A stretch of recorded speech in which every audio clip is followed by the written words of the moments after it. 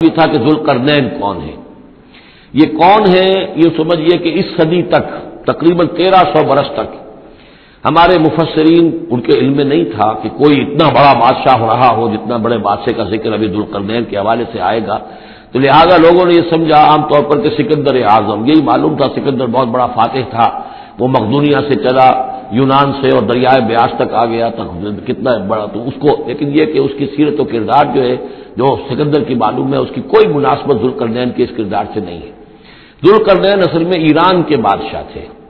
اور ایران اس وقت دو ملکوں پر منقسم تھا۔ اب بھی اگر ابھی کبھی نقشہ دیکھیں گے تو ایک علاقہ جو ہے ایران کا وہ تو ہے جو خراسان کا حصہ ہے، جو اصل ایران ہے اس کو بھی جو سمجھیے دو حصوں میں، ایک پارس پرانا کہلاتا تھا جس سے فارس کا لفظ بنا ہے، اور دوسرا مادہ تھا، میڈیا یا مادہ۔ تو یہ ایک شخص ایسے ابھرے کہ جنہوں نے ان دونوں کو ملا کر ایک حکومت بنایا، اور وہاں سے سلطنت ایران کا جو یوں سمجھیے کہ جو ان کا ایک سنہرا دور ہے اور ان کی عظمت و سطوت جس کی کہ وہ بہت زیادہ جس پر فخر کرتے ہیں، اس لیے کہ ایرانی قوم بڑی نیشنلسٹ ہے، نسل پرست ہے، ان کے اندر اپنی تاریخ پر اپنی روایات پر جو ہے وہ بہت ان کو فخر ہے۔ تو وہاں سے وہ دور شروع ہوا، اور انہوں نے پھر اس علامت میں کہ میں نے دو ملکوں کو جوڑ کر ایک بنایا ہے، اپنے تاج کے اندر دو سینگ لگا لیے تھے، اور وہ جو ہے ذوالقرنین یہ لقب ان کا ہو گیا تھا۔ اس کے حوالے سے سوال کیا گیا اور اس کے بارے میں تفصیل جو اگلے رکوع میں آئے گی۔ وَيَسْأَلُونَكَ عَنْ ذِي الْقَرْنَيْنِ قُلْ سَأَتْلُو عَلَيْكُم مِّنْهُ ذِكْرًا صدق اللہ العظیم۔ ذوالقرنین کے بارے میں آپ کو بتا چکا ہوں کہ ان کا نام تاریخ میں جو مشہور ہے وہ خسرو یا سائرس، اور انہی سے اصل میں ایران کی عظمت کے دور کا آغاز ہوا تھا۔ چنانچہ تقریباً میں سمجھتا ہوں کہ 25-30 سال پہلے کی بات ہے، جب شہنشاہ ایران اس وقت جبکہ ان کی بادشاہت جو ہے وہ بڑے عروج پر تھی، انہوں نے 2500 سالہ برسی منائی تھی انہی خسرو کی، سائرس کی۔ ان کی قبر جو ہے مقبرہ وہ دریافت ہو گیا تھا، اور وہاں پر ان کا ایک مجسمہ بھی دریافت ہوا تھا کھدائی پر۔ اس مجسمے میں وہ دو لگے ہوئے تھے، سینگ بھی۔ اس موضوع پر سب سے پہلے مولانا ابوالکلام آزاد مرحوم نے جو اپنی ترجمان القرآن کے نام سے انہوں نے مختصر ترجمہ اور تفسیر لکھی ہے، اس میں بڑے تفصیلی نوٹس لکھے ہیں۔ سب سے پہلے اہل علم کے حلقے میں ان کے بارے میں جو معلومات ہیں وہ ان کے ذریعے سے آئی ہیں، اب یہ تقریباً یونیورسلی ایکسیپٹڈ ہے۔ پھر سوال پیدا ہوتا ہے کہ ان سے کیا دلچسپی یہود کو تھی، تو وہ بھی سمجھ لیجئے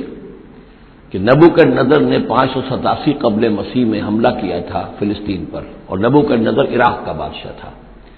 اس مڈل ایسٹ کو ذہن میں رکھیے کہ میڈیٹرینین کے بالکل ساتھ ہے ملک شام،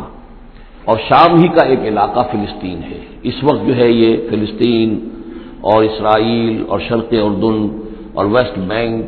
اور لبنان، یہ سب مل کر جو ملک بنتے ہیں، در حقیقت یہ شام عرب ہے، یہ شام ہے۔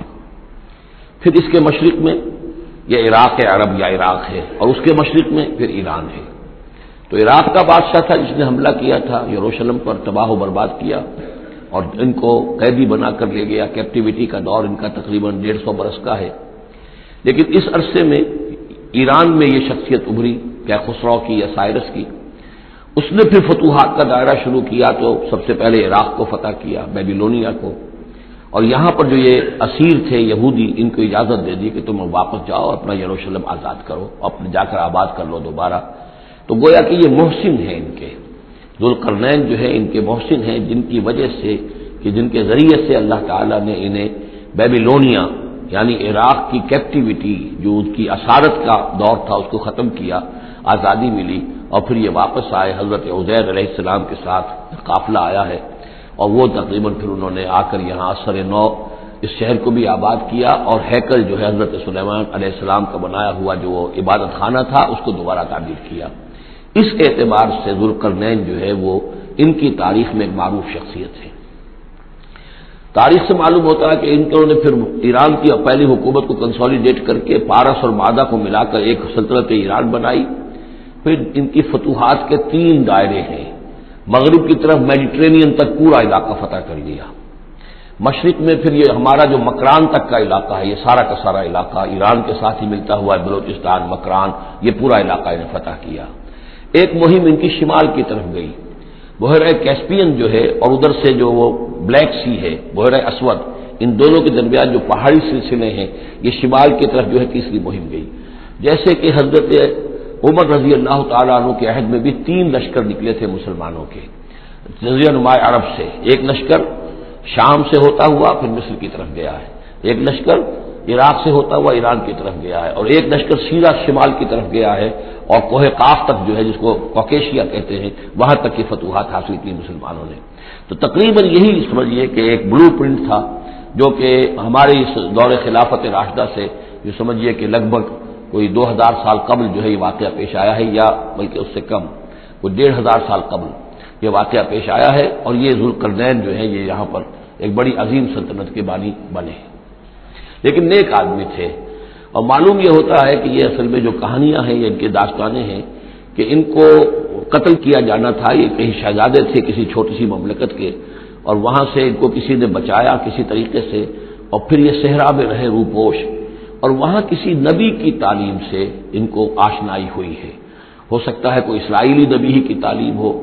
یہ بھی ہو سکتا ہے کہ زرتشت جو ہیں وہ بھی کوئی اللہ کے نبی ہوں اور ان کی تعلیم ان تک پہنچی ہو، لیکن خود ان کا کردار جو قرآن پیش کر رہا ہے وہ بہت ایک نیک مومن صالح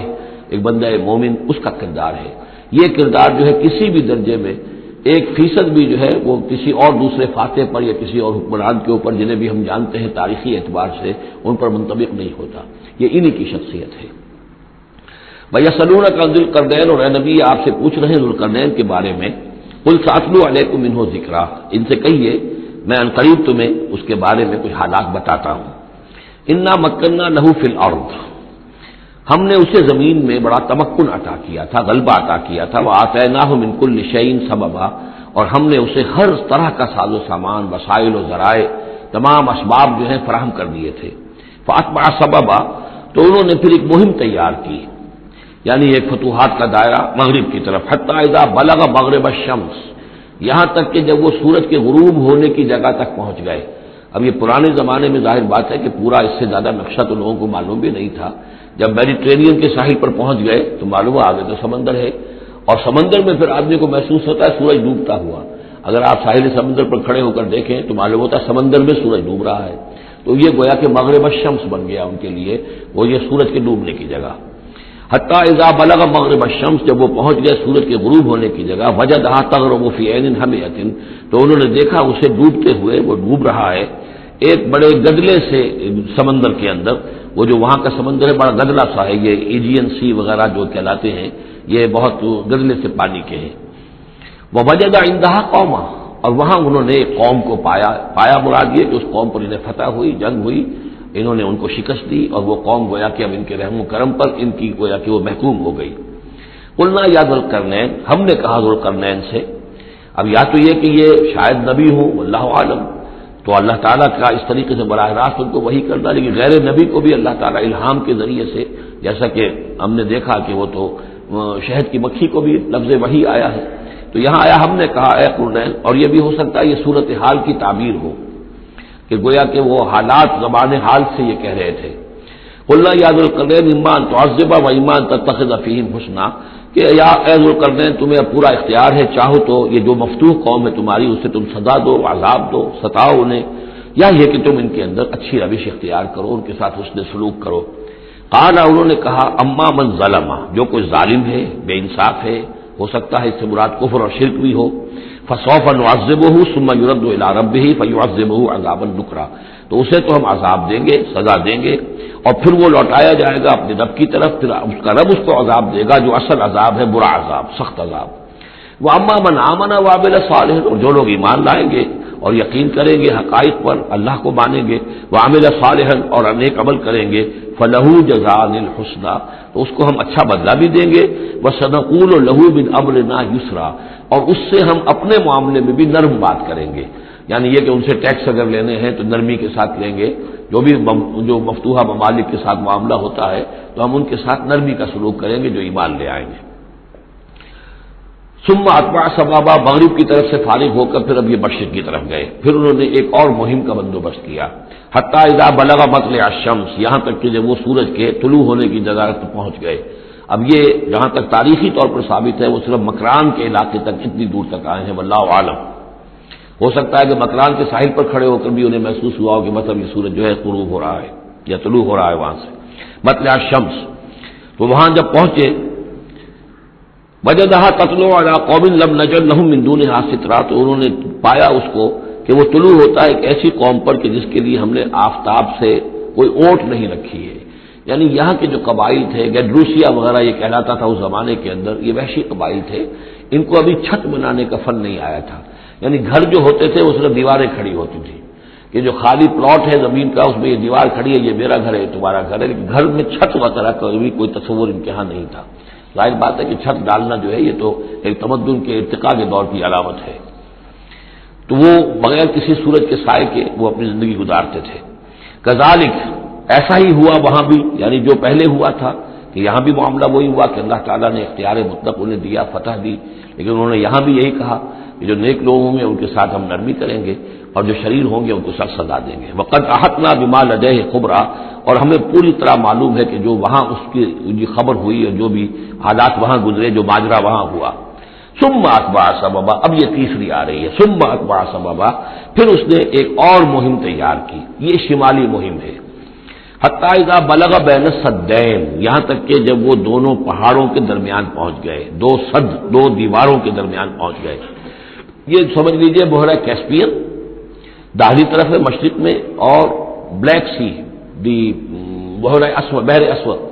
اس کے درمیان یہ سلسلہ کوہ ہے اور یہ پیرلل چلتے ہیں دو دو، اور ان کے درمیان سے پھر وہ درے ہیں کہ جن میں سے ہو کر شمالی علاقے سے جو وحشی قبائل تھے وہ آ کر یہاں حملہ کرتے تھے، تاخت و تاراج کرتے تھے، لوٹ مار کر کے چلے جاتے تھے، جن کو یاجوج ماجوج کہا گیا ہے. حتی اذا بلغ بین السدین، جبکہ یہ پہنچے ان دونوں دیواروں کے درمیان، وجد من دونہما قوما، تو انہوں نے پایا ان دونوں کے برے ایسے لوگوں کو، لا یکادون یفقہون قولا، یہ لوگ بھی ایسے تھے غیر متمدن، کوئی بات سمجھتے نہیں تھے، یعنی زبان ایسی ہوگی کہ جو ان کی سمجھ میں نہیں آ رہی تھی، لیکن یہ کہ کسی نہ کسی ذریعے سے انہوں نے اپنا ایک مطلب، اپنی ایک عرضداشت پیش کی. قالوا یا ذا القرنین، انہوں نے کہا کہ اے ذو القرنین، ان یاجوج و ماجوج مفسدون فی الارض، یاجوج اور ماجوج جو قومیں ہیں یہ زمین میں بہت فساد مچانے والی ہیں. فہل نجعل لک خرجا، تو کیا ہم آپ کے لیے ایک سالانہ خراج مقرر کر دیں، الا ان تجعل بیننا و بینہم سدا، اس کے عوض کہ آپ ہمارے اور ان کے درمیان ایک سد تعمیر کر دیں، ایک دیوار حائل کر دیں کہ وہ ہم پر حملہ آور نہ ہو سکے، یعنی درے کو بند کر دیا جائے. یوں سمجھیے جس اصول پر کہ آج کل ڈیم بنتے ہیں، ڈیم کیا ہے کہ ایک پہاڑی سلسلہ یوں آ رہا ہے، ایک پہاڑی سلسلہ یوں آ رہا ہے، دریا درمیان میں سے گزر رہا ہے، آپ نے اس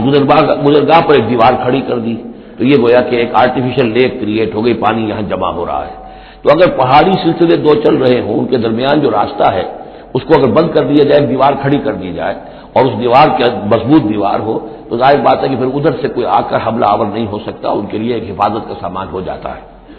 یہاں یہ سمجھ لیجئے کہ یاجوج ماجوج سے کیا مراد ہے. حضرت یافس علیہ السلام، جو تین بیٹے تھے حضرت نوح علیہ السلام کے، سام، حام، یافس. سامی نسل کے بارے میں تو ہم نے بہت کچھ سمجھ لیا کہ حضرت ابراہیم بھی سامی نسل سے تھے، پھر قوم عاد بھی سام ہی کی نسل کی ایک شاخ تھی، قوم سمود بھی اسی کی شاخ تھی. یہ تمام جو ہے یہ تو سیمیٹک ریسز ہیں. حضرت یافس کی اولاد نے یہ سینٹرل ایشین ماؤنٹینز کا جو سلسلہ ہے اس کو کراس کیا اور شمال میں چلے گئے،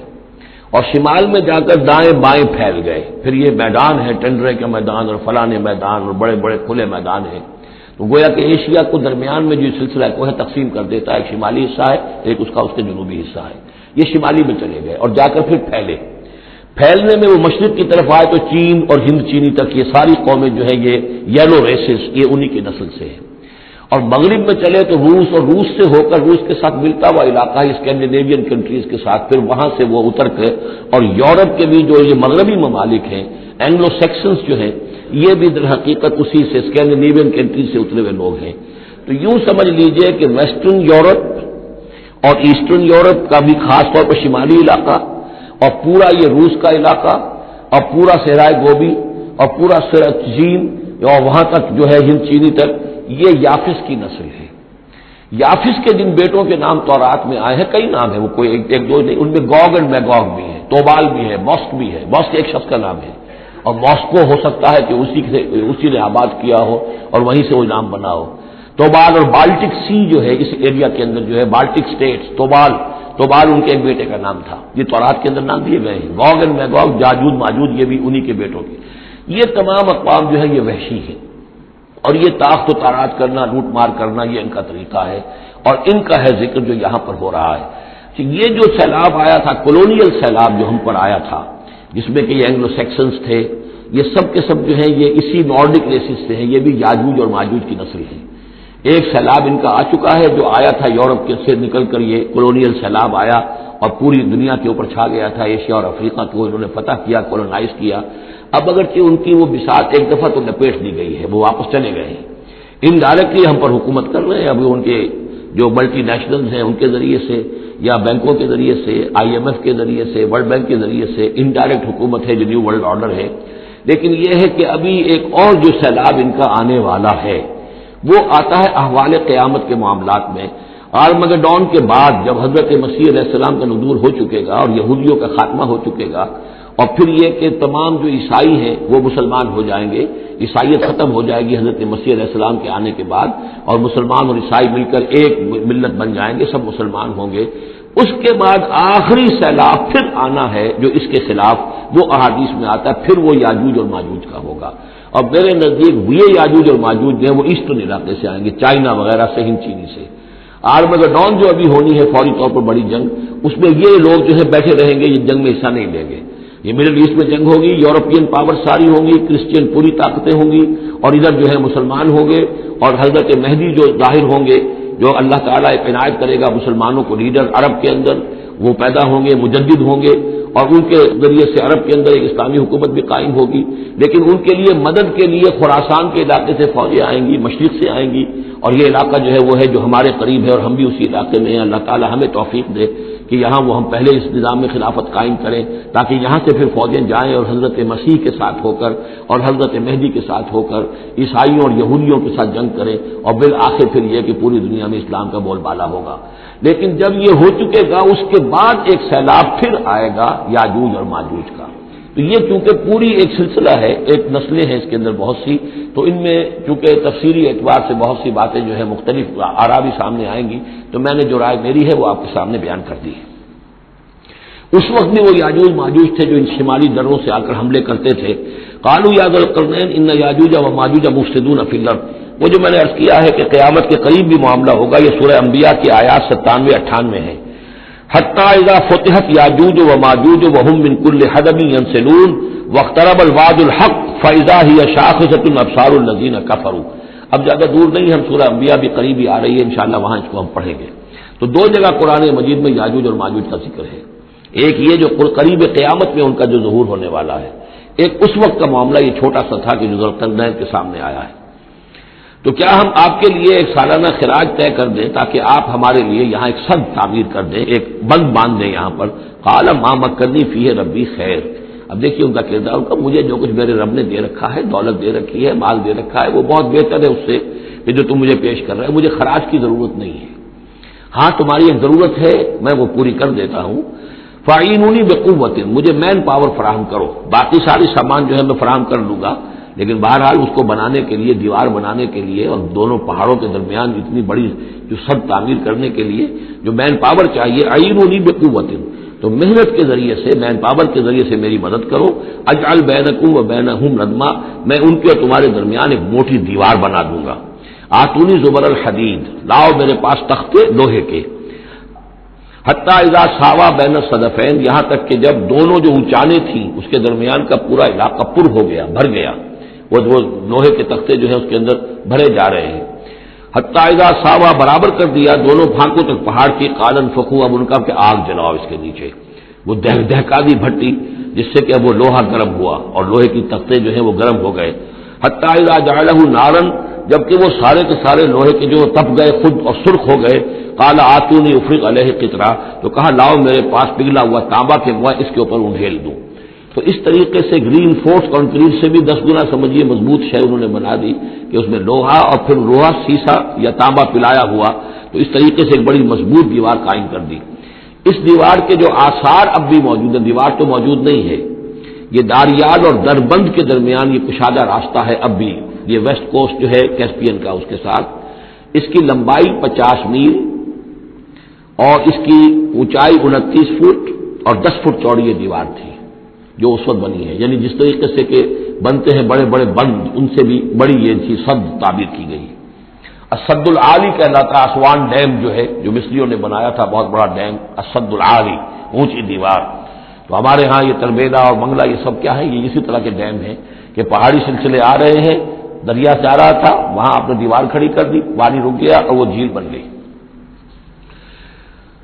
فمستطاعوا ان یظہروہ، تو انہوں نے کہا کہ اب یہ لوگ نہ تو اس کے اوپر سے آ سکیں گے، نہ چڑھ سکیں گے، ومستطاعوا لہ نقبا، نہ اس میں کوئی سوراخ لگا سکیں گے، نقب لگا سکیں گے۔ قال ھذا رحمۃ من ربی، یہ سب اتنا بڑا کارنامہ کر کے بھی انہوں نے کہا یہ سب رحمت ہے میرے رب کی طرف سے، میرا کوئی کمال نہیں،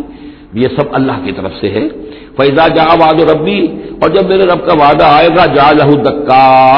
وہ اس پوری دیوار کو جو ہے ریزہ ریزہ کر دے گا، ختم ہو جائے گی دیوار۔ اب وہ دیوار وہاں موجود نہیں ہے، وہ ختم ہو چکی ہے امتداد زمانہ سے، اب اس کے کوئی آثار باقی نہیں رہے، بس آثار معلوم ہو جاتے ہیں کہ یہاں وہ دیوار ہوتی تھی جس سے یہ میں نے ڈائمنشنز آپ کو دیے ہیں۔ وَكَانَ وَعْدُ رَبِّي حَقًّا، اور میرے رب کا وعدہ جو ہے وہ حق ہے، سچ ہے، پورا ہو کر رہے گا۔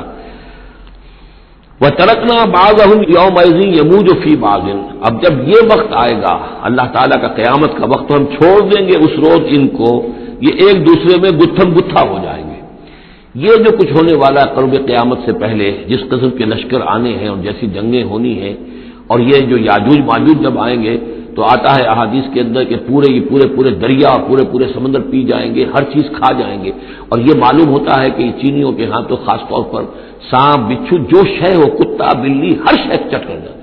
کوئی شے نہیں چھوڑتے۔ اور میں سمجھتا ہوں کہ شاید آدم خور بھی ہو یہ کہ کسی وقت میں جب ان کو ضرورت پڑے تو آدمی کو کھا جائیں، جو کتے کو، بلی کو، سانپ کو، بچھو کو، ہر چیز کو کھا جاتے۔ تو ان لوگوں کا معاملہ جو ہے واقعتاً یہ جب ابھی تو ذرا رکے ہوئے ہیں، کنٹینڈ ہے ایک طرح سے، لیکن ایک وقت میں ان کا بند کھلے گا، اور چونکہ پھر یہ جو ہے تمام چاروں طرف ان کے پہاڑ ہیں، ہر پہاڑ کی اونچائی پر سے من کل حدب ینسلون، نیچے اترتے ہوئے نظر آئیں گے۔ اور یہ نقشہ بعین ہی اسی طرح اخبارات میں آیا تھا جب 62 میں وار ہوئی ہے نیفا میں،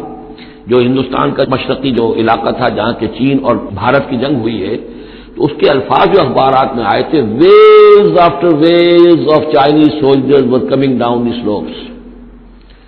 لہروں کی طرح، موجوں کی طرح چلے آئے۔ ان کے اتنے آدمی ہیں، ان کا تو کہنا یہ ہے کہ تم سب کے سب ہلاک ہو جاؤ گے، ہمیں تم ہلاک نہیں کر سکتے، ہم تو چیونٹیوں کی طرح جو ہے بلوں کے اندر گھس جائیں گے، ایٹمک وارفیئر کے بعد تمہارا تہس نہس ہو جائے گا، ہمارا کچھ نہیں بگڑے گا، ہم پھر نکلیں گے اور پوری دنیا کو فتح کریں گے، وہ یہ کہیں گے۔ اور معلوم ہوتا ہے کہ واقعتاً آخری جو بھی اس دنیا کا اللہ تعالیٰ نے جو بھی ایک نظام سوچا ہوا ہے، اس میں جو قیامت سے پہلے کا سب سے بڑا واقعہ پھر یاجوج و ماجوج کا ظہور ہوگا وہ، لیکن یہ اس کا یہ مطلب نہیں ہے کہ جو پہلے ہوا ہے وہ نہیں ہے، اس سے پہلے بھی یاجوج ماجوج اگر آج سے 2500 سال پہلے کا معاملہ بھی ہے تو آج سے 400 سال پہلے کا بھی ہو سکتا تھا، یہ کسی ایک پورے نسل کا نام ہے۔